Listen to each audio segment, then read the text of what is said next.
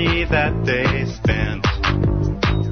Take another look and take some time for hemp. Don't cut trees for paper, cause it hurts the environment. Stop deforestation, yeah, it's time for hemp.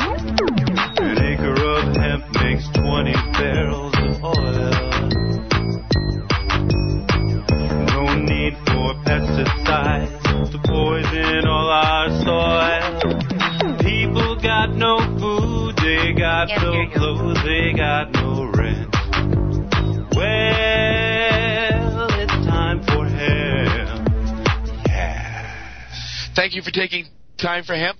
I'm your host, Casper Leitch. You are listening to Time for Hemp live all around the world on AmericanFreedomRadio.com and all across America on AM/FM stations. And I want to thank AmericanFreedomRadio.com for being nice enough to help us raise the voice of the marijuana movement. And they are moving, and if you'd like to help AmericanFreedomRadio.com pull up their tent stakes and move to another part of the country, you can go to AmericanFreedomRadio.com and hit the donate button. And I also want to say thank you to KDK Distributors. They have been nice enough to give us a grant to keep us strong here at Time for Hemp. They are an amazing group of people up in Canada, and when you shop in those great stores in Canada looking for those specialty items, there's a good chance that when you buy it off the shelf, you got it from KDK Distributors. On the program tonight, my joint host, Mikki Norris, and I will be joined by Eric Sterling, and Mikki's on the line now. Mikki, thank you for taking time for hemp. Hey, well, it's always fun to have time for hemp. Thanks, Casper, for having me on your show again. And people out there need to know that you are the publisher of the West Coast Leaf. That's westcoastleaf.com. And if you're curious, yes, it is. It's one of those subversive newspapers that encourage you to get involved in marijuana, isn't it, Mikki? It is, and I'd like to remind people that it's also in hard copy, not just online. So if they are interested, they can get a subscription and get the copy delivered straight to their door. And right now we're working on the new issue, the autumn 2010 issue. It's going to be another killer issue. Very excited. Got great contributors, great articles. Up to the date, what's happening in the cannabis world. And how long has this paper been in circulation now? It's been a couple of years, hasn't it? Yeah, we started it in March of 2008. So now this is our third year, and it's going strong with a great circulation. Really, I must admit we're primarily in California, but we've also got some distribution in Oregon, Washington, Colorado, Michigan, Utah, New Jersey, some other places, So we encourage the audience, if they do want to get a hold of our paper and also to help distribute it in their area, to get in touch with us, because we encourage people to get their subscriptions to help us with the print run. That helps us print the paper aside from our advertising, but it's just an incredible resource, and we're finding a lot of people are getting very inspired by what they're reading, of what so many great people are doing and accomplishing these days in cannabis. So it's kind of exciting. I hope more people will check us out online, and if they're really interested, like I said, we'll be happy to send a hard copy to their home. Well, it really is an excellent newspaper, and I do encourage people to subscribe to it as well. Also, if you're listening and you're part of MySpace, I want to say thank you to all the people who have been on MySpace and have placed Time for Hemp in their top 40s. Well, with that said, we're going to take a commercial break and pay the bills, and when we come back, we're going to have a nice chit-chat with Eric Sterling and Mikki Norris here at Time for Hemp.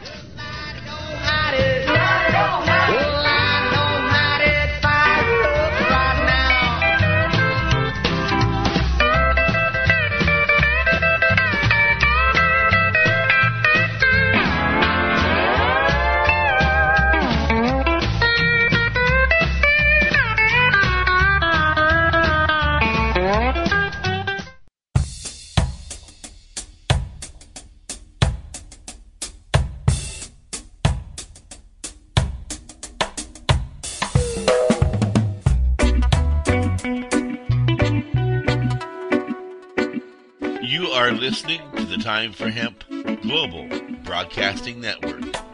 Please share us with your friends.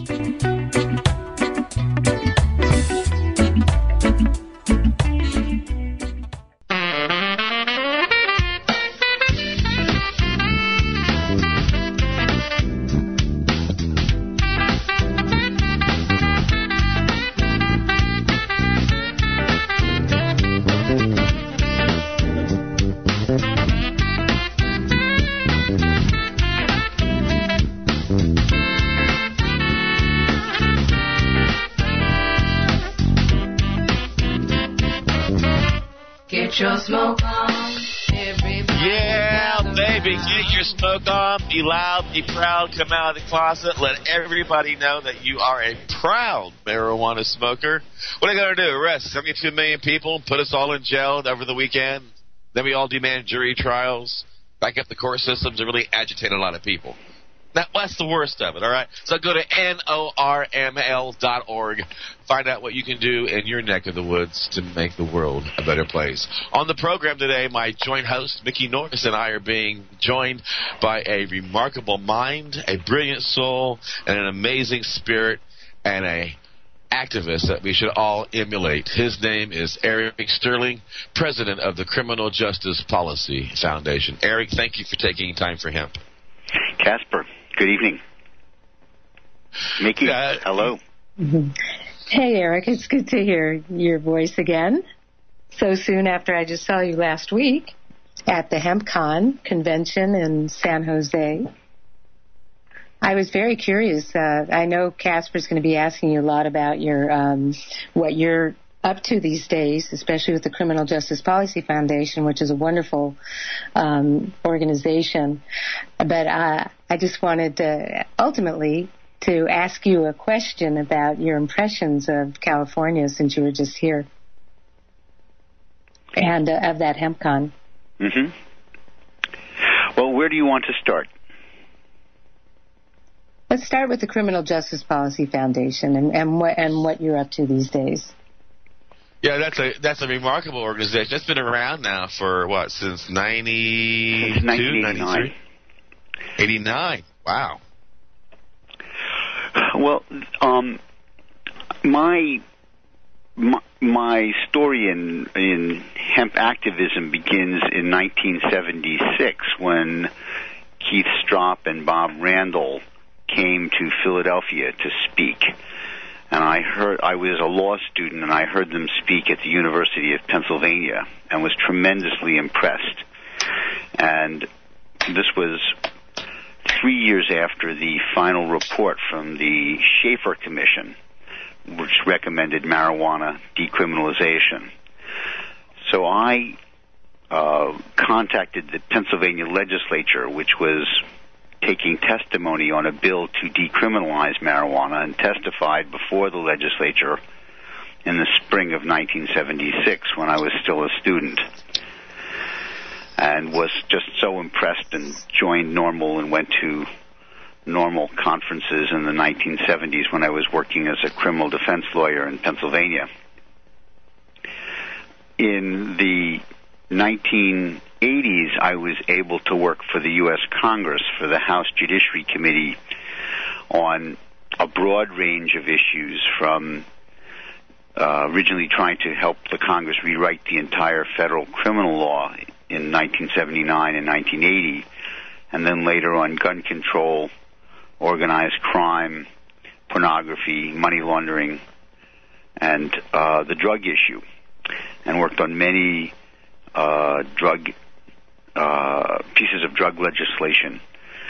In 1986, when Maryland basketball star Len Bias died, the Congress wrote a massive anti-drug bill that I was a major player in developing, and it included long mandatory sentences for 5 years. If you grew 100 marijuana plants, you could get a minimum of 5 years. If you were involved in growing 1,000 plants, you could get 10 years up to life. small quantities of LSD could get you long sentences, or crack cocaine.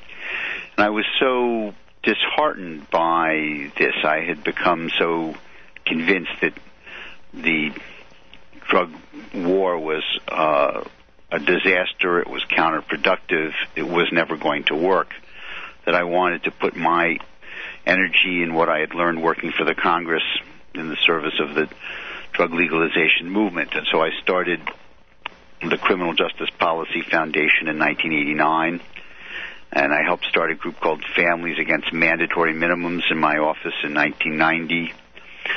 I think it was 1996, I helped start the Marijuana Policy Project,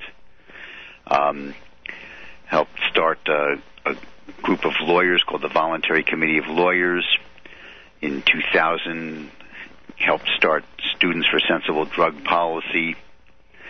And so I see myself sort of as a kind of movement architect in helping to figure out what are the different aspects of what our drug policy is doing to the American people and how we can organize to end it. The most exciting thing most recently for me is that the crack cocaine laws that were written in 1986 after Len Bias died, that a 5-year prison term was triggered by as little as 5 grams of crack cocaine. 5 grams is the weight of 1 nickel. This is a tiny, tiny amount of cocaine. Right. And everyone recognized that this was a small amount, but the federal government was still prosecuting on the order of 6,000 people for crack offenses every year. And most of these crack offenses, the average weight was about 50 grams, which is the weight of a common Hershey bar. The 80% of the people that they were prosecuting were African Americans. They were overwhelmingly low-level neighborhood drug dealers. They weren't the high-level kingpins that the Congress said they wanted to prosecute back in 1986. So a group called the Justice Roundtable that I was involved with and others made a concerted effort to try to get this legislation modified beginning in 2005. At that time when the Republicans were in power, I had become convinced that making appeals on the basis of fairness and racial justice was not going to work, and tried to figure out how to frame the problem as one of ineffective sentencing, of focusing on low-level dealers, and how we could make the Justice Department work on high-level dealers. I wrote a paper called Getting Justice Off Its Junk Food Diet. The 50 grams of crack was the junk food diet, and the obesity was the growth in our prison population. Just a few weeks ago, the Congress enacted the best reform that it could. It's not a complete fix, but it's an important step.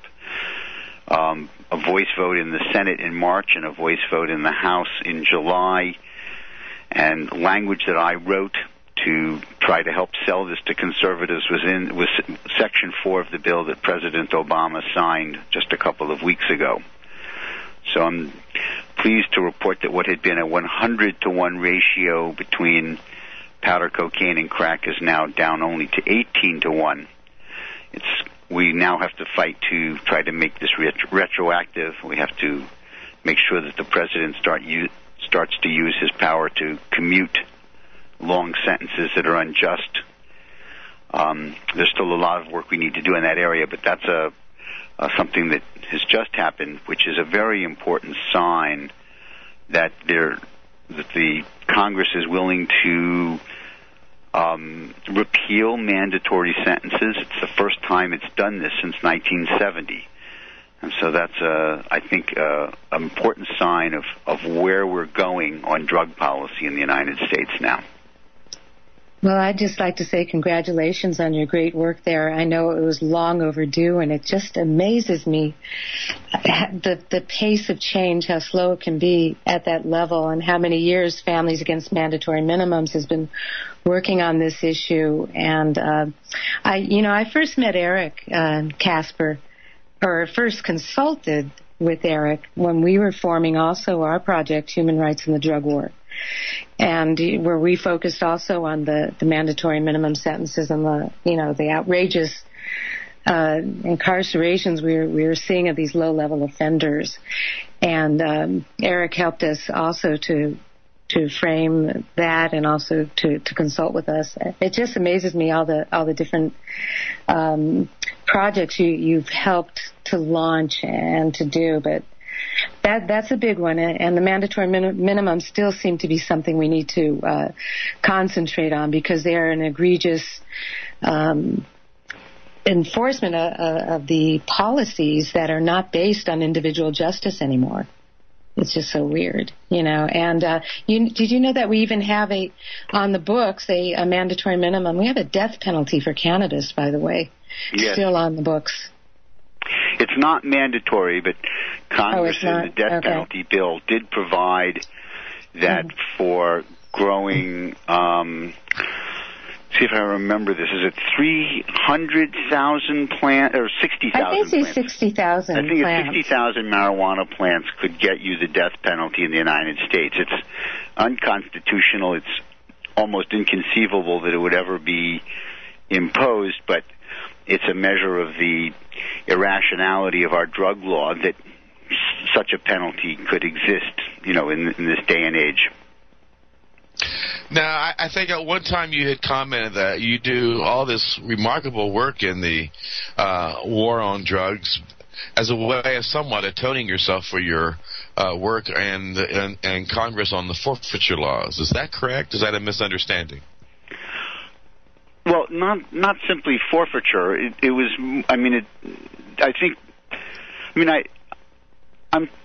It's pained me very much to realize how many people have been sentenced to unjustly long sentences in federal prison for a law that I helped write.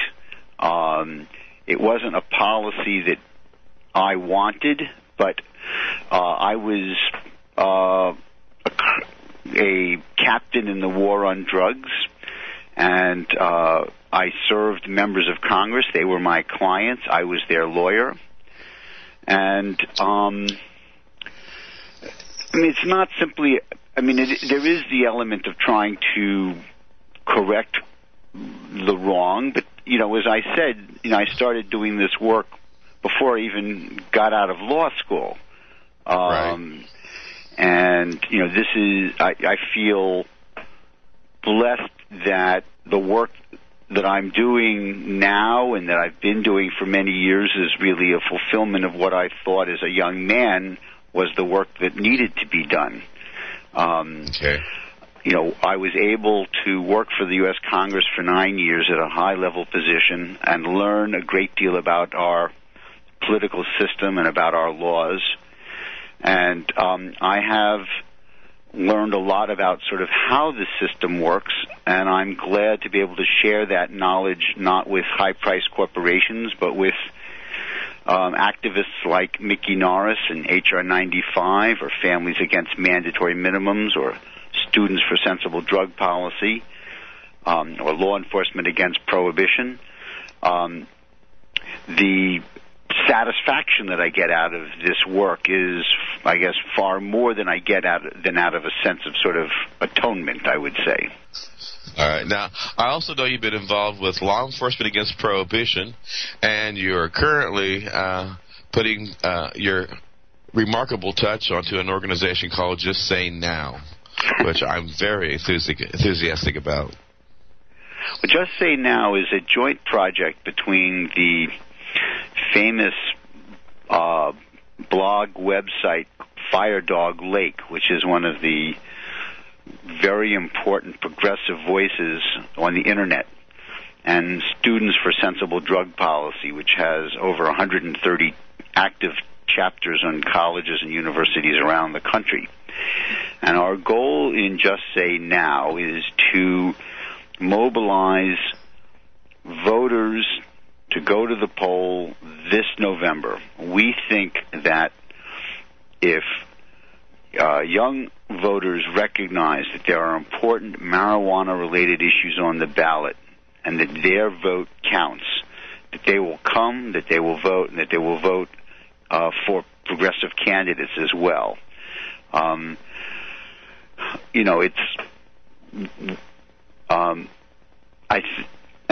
It's a project that is designed to mobilize young voters, and I think many voters feel disillusioned after the last couple of years. I think many of us were extraordinarily excited about the election of Barack Obama. Whether we voted for him or not, we recognized that this was a completely new era in American political life, that we could elect a man like Barack Obama with his background to be president. And that excitement about the political process, we think, needs to be sustained. The forces of reaction, the forces of the prisons, the forces of the status quo, put a lot of their money on the myth that the system is dirty and fixed. They want the public to think that the system is corrupt, that the powerful are going to win, that you can't fight City Hall, there's no point in being idealistic. That's what they want. That's what they count on.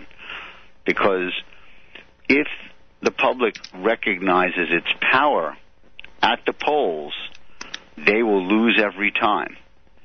And that's why it's important that we mobilize people in California to vote for Proposition 19, or for people in Detroit to vote for the marijuana legalization proposal that's going to be on the ballot in Detroit, or for medical marijuana in South Dakota. There are going to be many votes in November, and people should be registered. Young people should be registered, and they should know that their vote counts and that their vote is important, not that their vote is unimportant, which is the myth that the powerful interests want them to believe.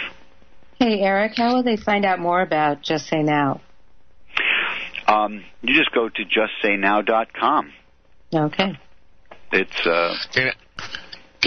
we're going to be taking a commercial break here so we can pay our bills, and then we're going to listen to a little bit of music about how wonderful marijuana is. And then when we come back, we're going to talk more with Eric Sterling and Mikki Norris and find out all about the organizations that Eric's been involved with, what he thinks about the current political administration's viewpoints and approach to the war on drugs when we come back. So fire up a great big bowl, enjoy some good Ed Rosenthal Kush, and tell your friends that it really is time for hemp.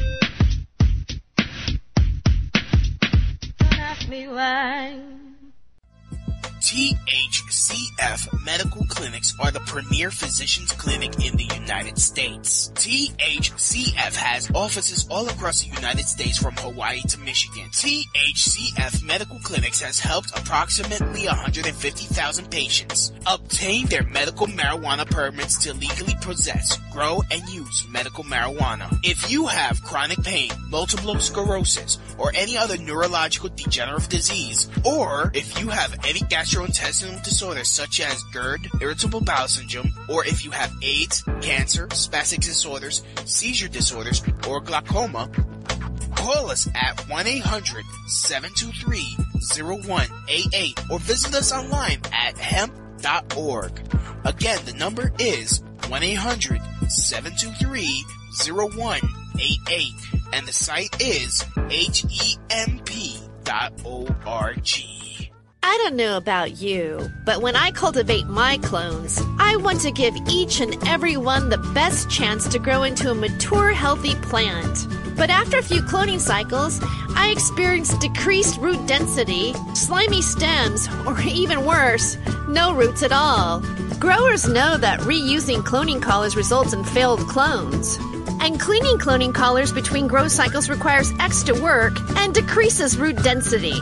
That's why I use PermaClone. PermaClone collars have been engineered to prevent failed clones by providing heat-sterilizable collars which fit easy clone, turbo clone, or power cloner systems. PermaClone collars can be dry heat sterilized, pressure cooked, or autoclaved to completely kill all bacteria and fungi without harsh chemicals. Start cloning with confidence today and visit us at permaclone.com. Put in the code T for hemp with your order and receive a 10% discount on your purchase.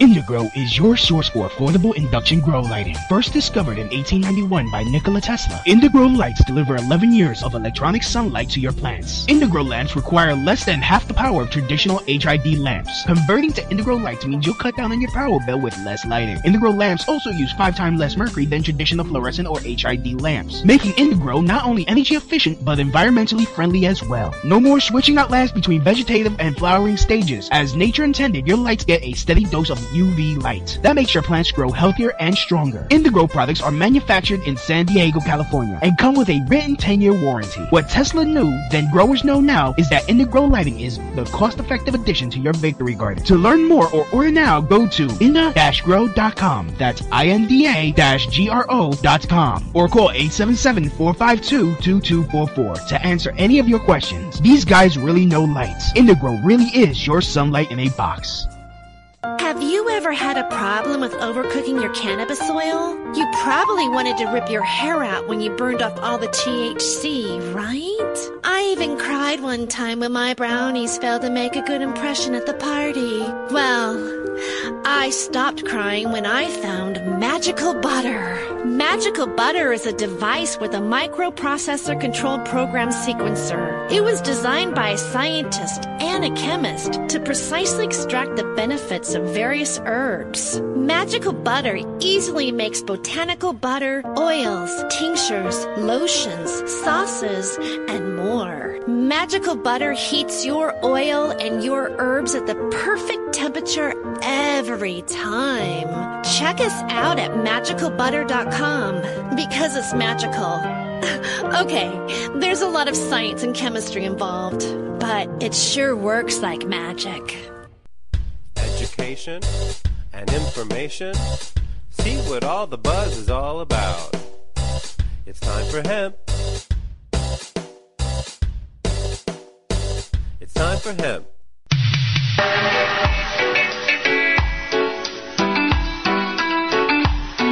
All herbalists, all ganja man, burn down Babylon, 'cause them not free up the herb. It's so absurd.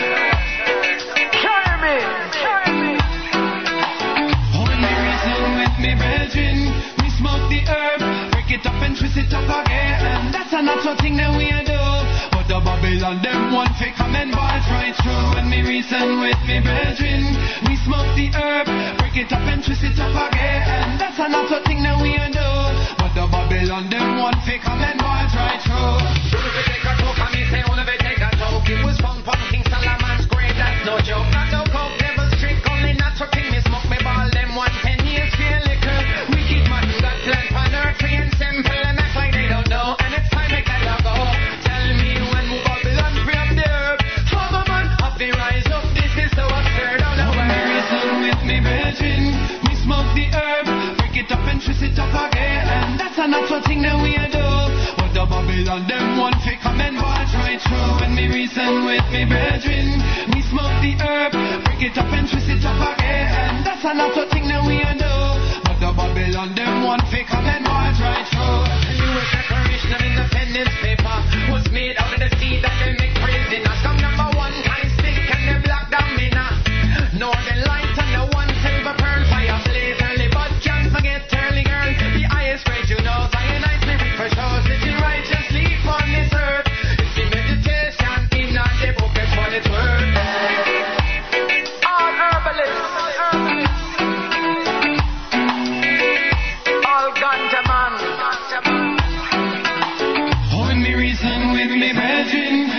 smoke the herb, break it up and twist it up again. And that's another thing that we do. But the Babylon, them one fake come and watch right through. When me reason with me brethren, we smoke the herb, break it up and twist it up again. And that's another thing that we do. But the Babylon, them one fake come and watch right through. 400 pounds gets taken from the docks, to 200 of them missing from police blocks. What's up, crap? Can't get more political than that. Can't find no weed, they go draw, it's the same. But the crack and cocaine, that's always down the lane. Kill my people slow, they don't know which way to go. And it's time they make this turn around. Time for revolution, the system they get burned down to the ground. Me reason with me brethren, we smoke the herb, break it up and twist it up again. And that's another thing that we do.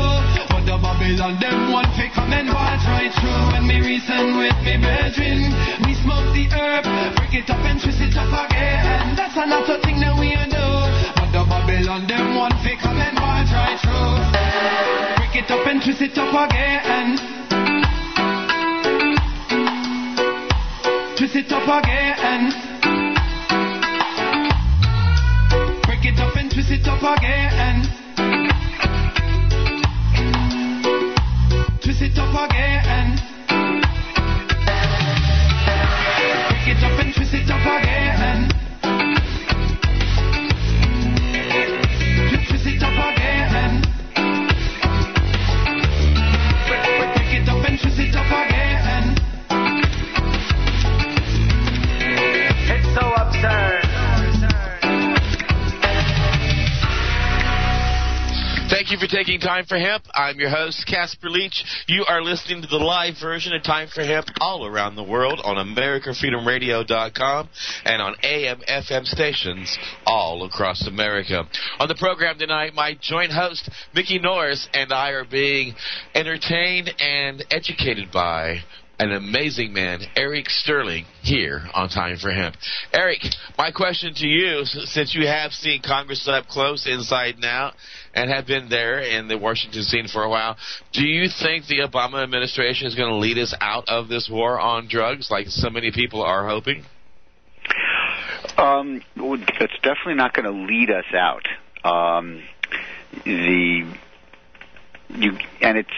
I think it's really wrong to think that the president would lead us out.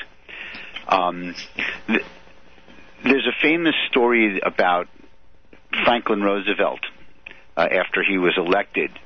The leaders of the labor movement came to the White House and sat down with FDR and talked about, we need to have a right to organize, and we need the ability to have collective bargaining, and we need to have the right to strike. And Roosevelt said to them, well, I don't have any problem with that.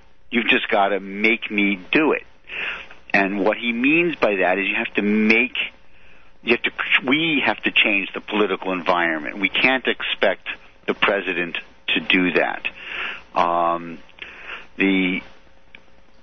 Well, I guess what I meant was, by the way, he's appointing, more lenient people in position, and he seems to be less hard-line than past presidents. It seems like that we have a better chance of getting things turned around under his administration.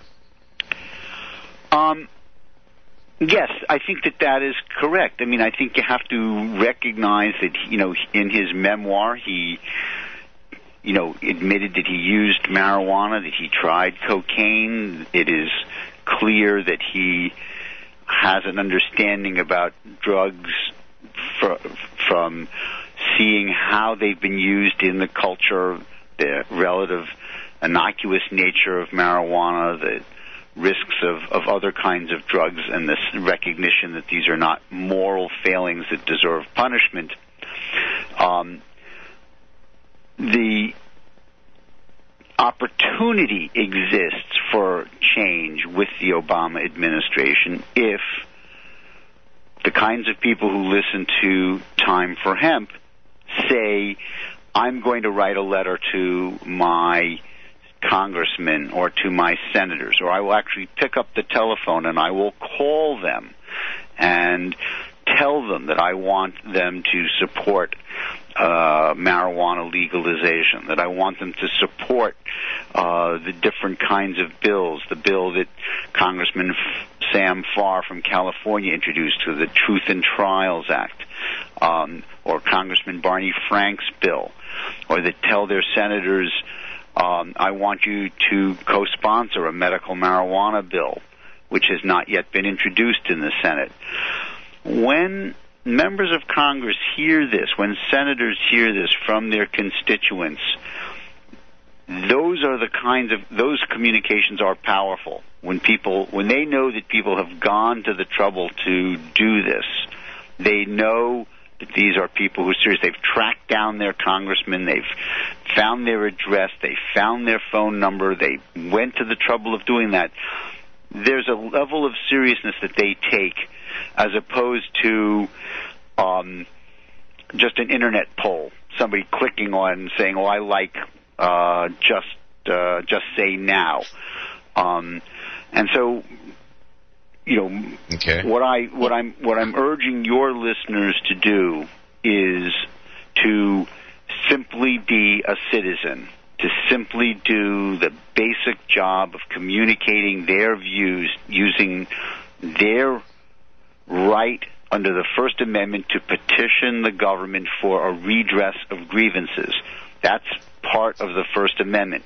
And many Americans don't know about that. They know about freedom of speech. They think somehow that means they can, simply call, talk radio, but they don't understand that they have the power to be politically involved, and that they have to be if they want to get the change that they want. Eric, it's not too late at the moment now for people to get involved and demand a better nominee to head up the DEA than Michelle Leonhardt, right? Mikki, this is a great question. President Obama, his administration, the head of the Drug Enforcement Administration is a presidential appointee, and the last presidential appointee that Bush made resigned, and a woman named Michelle Leonhardt has been the acting head of DEA for maybe 3 or 4 years now. When Obama came in, he tried to find someone to take on the job of running DEA, and they really couldn't find anybody. They couldn't find anybody who wanted to take on the job of running this dangerous and now obsolete organization. And so they said, well, you know what? Michelle Leonhardt, she's an African-American woman. She's been a DEA agent a long time. Let's nominate her for the permanent job, since she's been doing the job as acting. The problem with her is she is probably the least qualified person at DEA to do what is the most challenging part of what DEA has to do going forward, which is to work with the states to make sure that the state medical marijuana laws make sense and are effective. One reason that so many state medical marijuana laws aren't well designed is because they were written around the fact that federal law is blind to the medical value of marijuana. Federal law continues to insist there's no such thing as medical marijuana, and that it remains a crime to use it for medical purposes. So all the state laws are written in some way around this. Instead of using a doctor's prescription, we use a term like a recommendation. Instead of a pharmacist, we talk about caregivers. We use all of these strange sort of constructions. So Michelle Leonhardt, in 1997, just a couple months after Proposition 215 passes in California, and Prop 215 got 1 million more votes than Bill Clinton got in California in 1996 when he was running for re-election. Marijuana got 1 million more votes than Clinton. Well, cool. Michelle Leonhardt becomes the head of the DEA office in San Francisco and begins cracking down on patients and on doctors in California. Then she moved to the Los Angeles office. and becomes the head of the LA office and continues the same kind of activity. And while she's doing this, state after state passes a medical marijuana law. Then in 2003, she moves to Washington to become the number 2 in DEA. And more states are passing medical marijuana laws. But in DEA headquarters, the calendar on the wall still says 1995. Their calendar is all as though no state has yet passed a medical marijuana law. The job of So what can people do to get rid of this number 2? Well, what you do is you contact your senators. How can we put her? What can the listeners do, Eric? Listeners could simply call their senator. Nominee? The listeners simply need to call their U.S. senator, wherever they are, and say, the president must withdraw the nomination for DEA from the current person and name someone who is committed to a partnership with the states to make medical marijuana work. Because Leonhardt is not that. Yeah, that's exactly right. Not to mention that people. Now I lost my train of thought. Sorry. Well, people. It's the political process works. When a senator's office starts getting phone calls saying senators have to vote on the nomination. Under the Constitution, this is a position that requires the advice and consent of the Senate. So the Senate Judiciary Committee hasn't even yet had a hearing on Michelle Leonhardt. What we don't want the president to do is to use what is called a recess appointment. The Congress will recess, and he could conceivably say, well, I'm going to appoint her anyhow, and not seek a vote in the Senate. What we should be doing is call the White House and say, withdraw the nomination. Call your senators and say, ask the president to withdraw the nomination and to oppose the nomination of Michelle Leonhardt, because she's not the person who can bring DEA into the 21st century as far as medical marijuana goes. Well, it sounds like... She also seems to be very against the Obama's memos and his policies that he set for the states that have medical marijuana, that say that the federal government should stay out of enforcing the federal laws where if they're not in conflict with the state laws. I mean, if they... Right? Mikki, very good point. In October 2009, the Deputy Attorney General, David Ogden, issued a memo, which is what you're referring to all U.S. attorneys around the country and to all the branches of the Department of Justice. Leonhardt, who's in charge of the DEA, has let DEA become a rogue agency. Eric, I got to jump in here and go to commercial break. We'll finish this conversation when we come back from commercial here at Time for Hemp.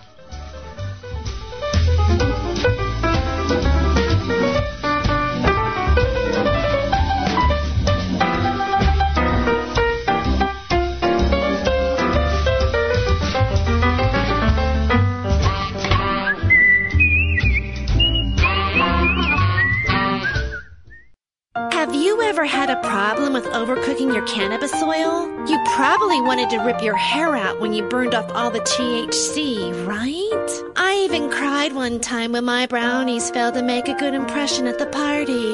Well, I stopped crying when I found Magical Butter. Magical Butter is a device with a microprocessor controlled program sequencer. It was designed by a scientist and a chemist to precisely extract the benefits of various herbs. Magical Butter easily makes botanical butter, oils, tinctures, lotions, sauces, and more. Magical Butter heats your oil and your herbs at the perfect temperature every time. Check us out at magicalbutter.com because it's magical.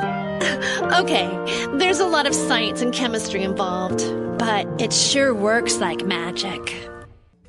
If you are in the Portland, Oregon area and are an OMMP cardholder, then come down to Nikki's Diggity Dank Market, Portland, Oregon's first and only weekly OMMP market, presented by the Alternative Wellness Center, located at 5241 Southeast 72nd Avenue, 2 blocks south of Foster Boulevard, close to public transportation, held every Sunday 10 a.m. till 7 p.m., connecting quality vendors with patients. Nikki's Diggity Dank Market also has a weekly raffle with products from every vendor, so come down to Nikki's Diggity Dank Market and have fun while connecting with quality vendors and getting great natural medicine. If you are a vendor and want a chance to connect with OMMP patients, you can check out their Facebook page at facebook.com/Alternative Wellness Center or call 971-888-4392. Be sure to register early because space is limited. Nikki's Diggity Dank Market.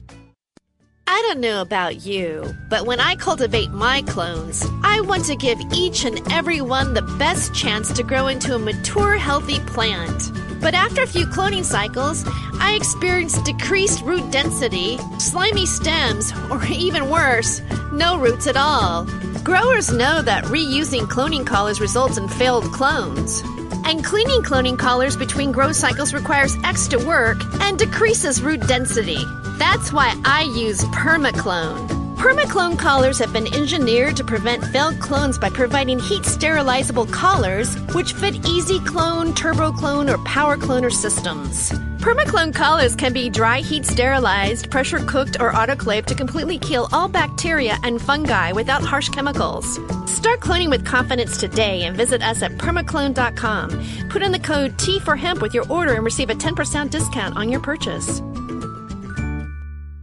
Headshot Canada. Based in Saskatchewan, Canada, it is shaking up the medical cannabis industry. Headshot Canada helps Canadian citizens in getting a medical marijuana license. They do this by filling out the paperwork. They also help explain your needs to your doctor and also help find the right strain for your condition. For this service, Headshot Canada charges a nominal fee of $100 and your participation in a research and development study to test the effectiveness of different cannabis strains on various medical conditions.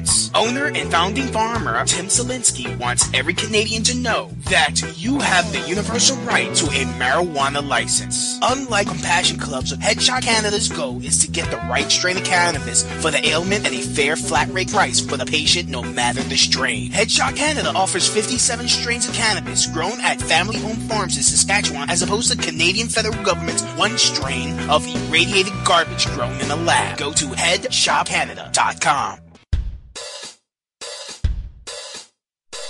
Free? Did you say free? Free hemp? Free hemp? Free hemp video and audio? Free downloads of all the top artists, all the pot artists on planet Earth. Interviews with all the people making the movement, making the hemp movement. It's time for hemp. That's right, world. It's time for hemp. That's right, world. It's time for hemp.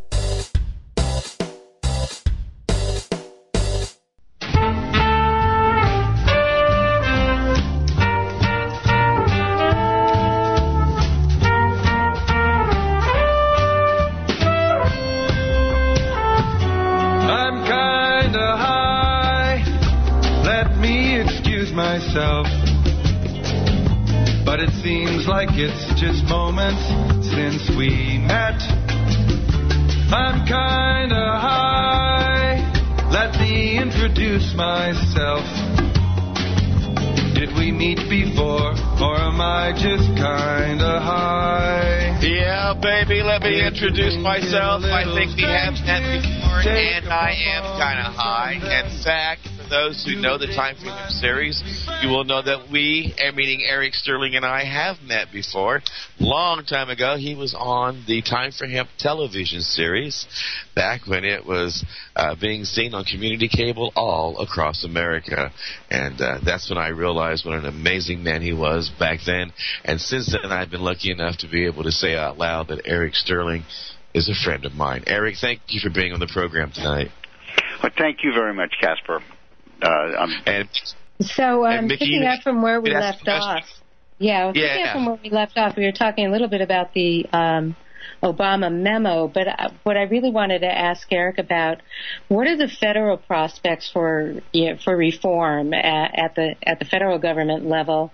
And starting with, maybe we could talk a little bit about the Webb Commission, because that I find as a promising commission that could ultimately uncover a lot of information, possibly give a lot of cover to make reforms that we need in this country to stop the great incarceration race that we have here that makes the U.S. the number one leader in the world in incarceration rates.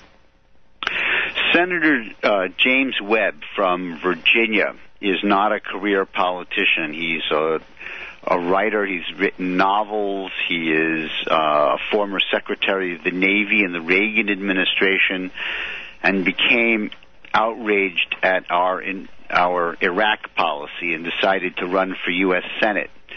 And was elected as a Democrat in Virginia, which was rather remarkable.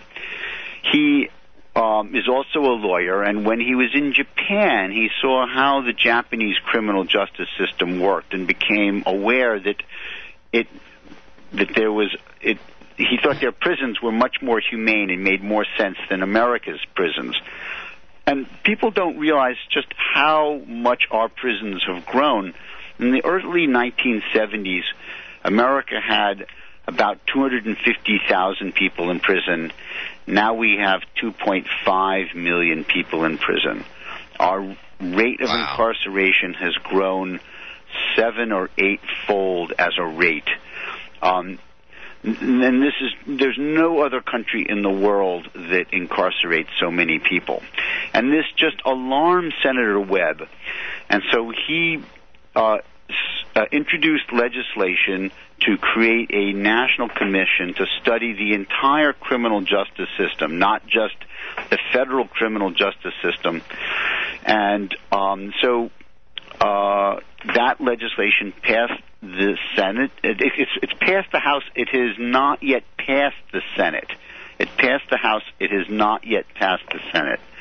And so that's where it stands. And if it can pass, then a commission would be appointed to study this. Now, who gets appointed to that commission obviously has a tremendous impact on what can be done.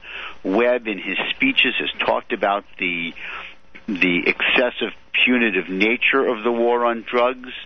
He talked about questioning and examining how it worked and why it was the way it was. But it's not clear, what will happen. But certainly, again, this is a sign that there are many people who recognize how catastrophic our approach has been. I just want to say that are we out of time? No, we got about 2 minutes. What I would stress to your listeners is that they need not only to be politically active, but they need to be active in their communities. They need to be open and out with their neighborhood associations, with their Chamber of Commerce, with the Parent Teachers Association. We know that our drug policy is hurting us. I think that the most important voices ultimately will be the voices of people who are in business, whether you sell shoes or cars. The war on drugs is hurting your business. If you have an investment, if you have an interest in a pension plan or savings, the value of those investments is reduced by the costs and the failures of the war on drugs. Every business person has to spend more on insurance. They're spending more on taxes. There are 1 out of 9 American men has a felony conviction, which means it's hard for them to get a job, which means it's hard for them to support their families. It's hard for them to buy a car, to buy furniture, to buy any of the things that are made in America. One of the reasons why our auto industry is in such hard times is because so many Americans have gone to prison because of the war on drugs. They can't buy a car. If you're in prison, you can't buy a car. So that we don't look at the economic consequences that way, and how much all of the legitimate businesses are hurt, and so our investments in our pension funds and all of those have lower value than they otherwise could have. And when the business community calls the Congress and says the war on drugs is an economic disaster, that's when ultimately these laws will change. Eric, it has been a joy to have you on. We got to have you back. We didn't get hardly any of our questions asked. We got a whole lot more to ask you. So thank you. Please come back. It'd be my pleasure, Casper. It's always a pleasure to talk to you and Mikki. You rock. And Mikki, Thanks, we always Eric. enjoy having you. We always enjoy having you as a joint host. Thanks, Casper. I really enjoyed the show. And everybody who's listening in, tell your friends to tune in tomorrow night and know that the next time you hear me, you'll know that it's time for hemp. Don't cut trees for paper, 'cause it hurts the environment. Stop deforestation, yes, it's time for hemp. Whoa, an acre of hemp makes 20 bales of oil.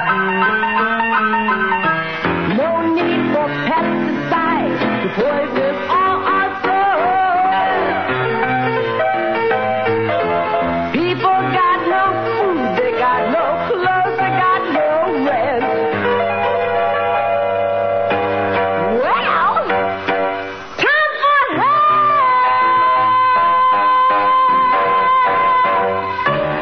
Yeah!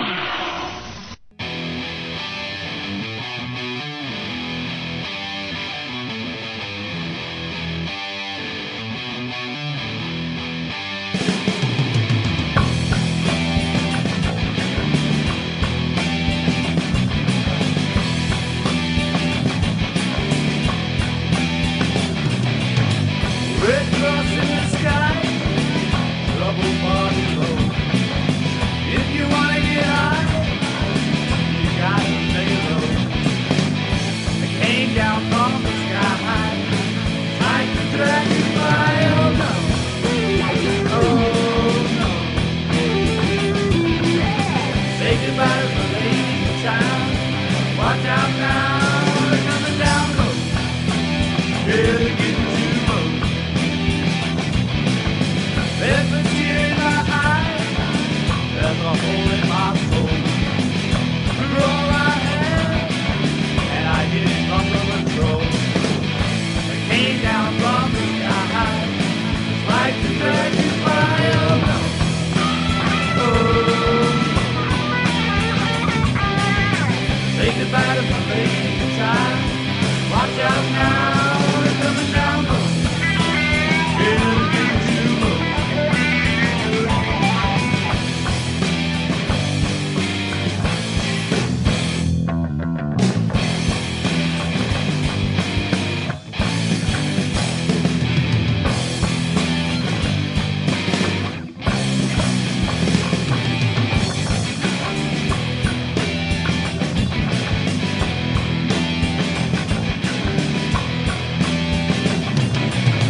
There's a fire in the eye.